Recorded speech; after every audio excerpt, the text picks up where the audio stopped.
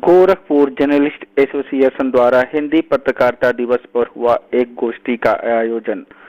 खबर उत्तर प्रदेश जनपद गोरखपुर में घंटाघर के समीप पुष्पांजलि होटल में विश्व हिंदी पत्रकारिता दिवस पर गोरखपुर में जर्नलिस्ट एसोसिएशन द्वारा एक गोष्ठी का आयोजन किया गया, जहां कार्यक्रम की अध्यक्षता जर्नलिस्ट एसोसिएशन के अध्यक्ष रत्नाकर सिंह ने किया।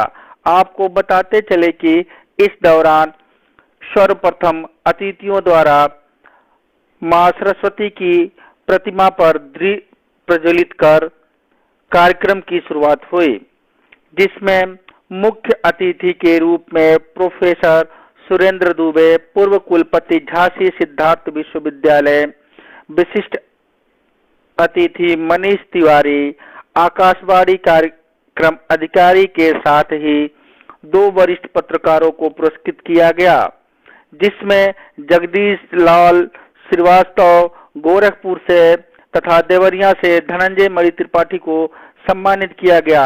इस अवसर पर संगठन के पदाधिकारी साथी मौजूद। इसके बाद 1997 में आपने अमर उजाला पकड़ा। वर्तमान में आप खुद का एक इलेक्ट्रॉनिक चैनल चला रहे हैं। के सम्मान स्वरूप पुरस्कार और स्मृति चिन्ह देकर सम्मानित करें। हम सभी पत्रकार और सभागार में उपस्थित सभी सम्मानित लोगों से अनुरोध करेंगे कि आप अपने स्थान पर खड़े होकर जोरदार तालियों के साथ श्री लाल जी का आभार व्यक्त करें।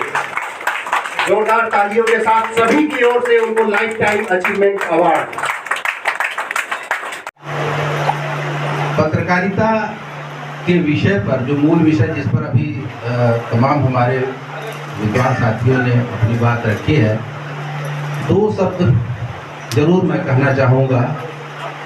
उसको जिया है और उसको जी रहे हैं, शायद जब तक जिएंगे तब तक जीते रहेंगे।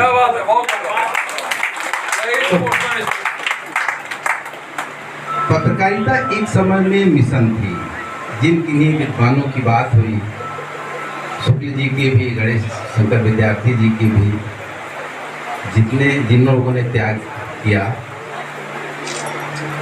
लेकिन पत्रकारिता कब प्रोफेशन हो गई ये मुझे पता नहीं चला। 78 में हम लोग तब जनीदागण में जब ट्रेनिंग के तौर पर भर्ती हुए थे, तब हमारे किसी सीनियर ने हमसे यह हिदायत के तौर पर कहा था कि जो कुछ आप लिख रहे हैं वह कल अखबार में छपेगा, जिसका आपको ध्यान रखना पड़ेगा कि उसका समाज पर असर क्या है। गोरखपुर के पत्रकारी समाज पर, नागरिक समाज पर उसका असर क्या है।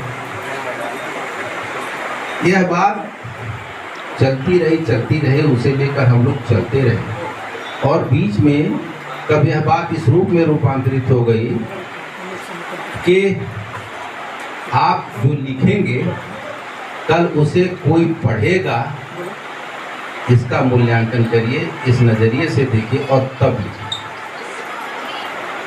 बड़ी लंबी यात्रा है। हम लोग फील्ड से होकर के दफ्तर में आ गए, कुछ और वरिष्ठ हो गए, जिम्मेदारियां बदलती रहीं। लेकिन वायु अनुभव के तौर पर यह कहूँगा कि 2 शब्द हैं, एक ज्ञान सत्ता है और दूसरी राज सत्ता है। राज सत्ता चाहे वह अंग्रेजों की रही हो और चाहे मौजूदा जब हम आज़ाद हो गए, जब ये हमारी अपनी सत्ता है। ज्ञान सत्ता की राज सत्ता से टकराहट हमेशा है। जो साथी डर जाते हैं, लड़खड़ा जाते हैं, वह पत्रकारिता न करें, बेहतर होगा सब्जी का ठेला लगा।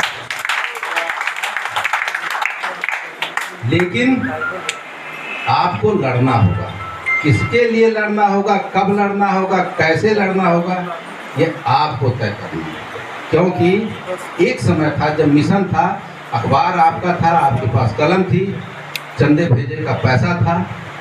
लेकिन अब आपके पास अखबार आपका नहीं, आप मशीन किसी की है, दफ्तर किसी का है, हम आप उसमें नौकर हैं।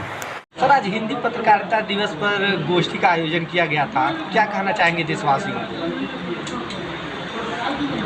देखिए, हम बात को शुरू करते हैं कुछ पीछे जाकर। जब अंग्रेज़ों का शासन था तो हिंदी भाषा के साथ बहुत ही दुर्व्यवहार होता था।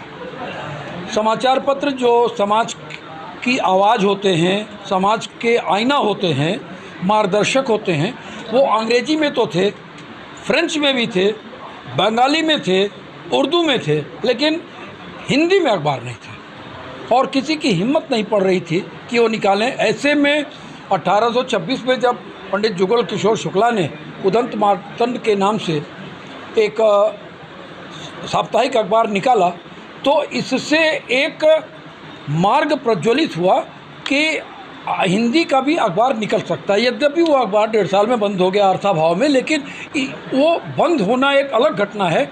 महत्वपूर्ण घटना ये थी कि हिंदी का अखबार भी निकाला जा सकता है और वह परंपरा धीरे धीरे आज लगभग 200 वर्ष की लंबी यात्रा पूरी कर चुकी है।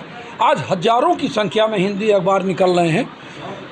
कुछ दिनों से एक बात देखी जा रही है कि ख़ास तौर से टीवी चैनलों के जो डिस्कशंस होते हैं उसमें एक टर्मिनोलॉजी आ रही है, गोदी मीडिया।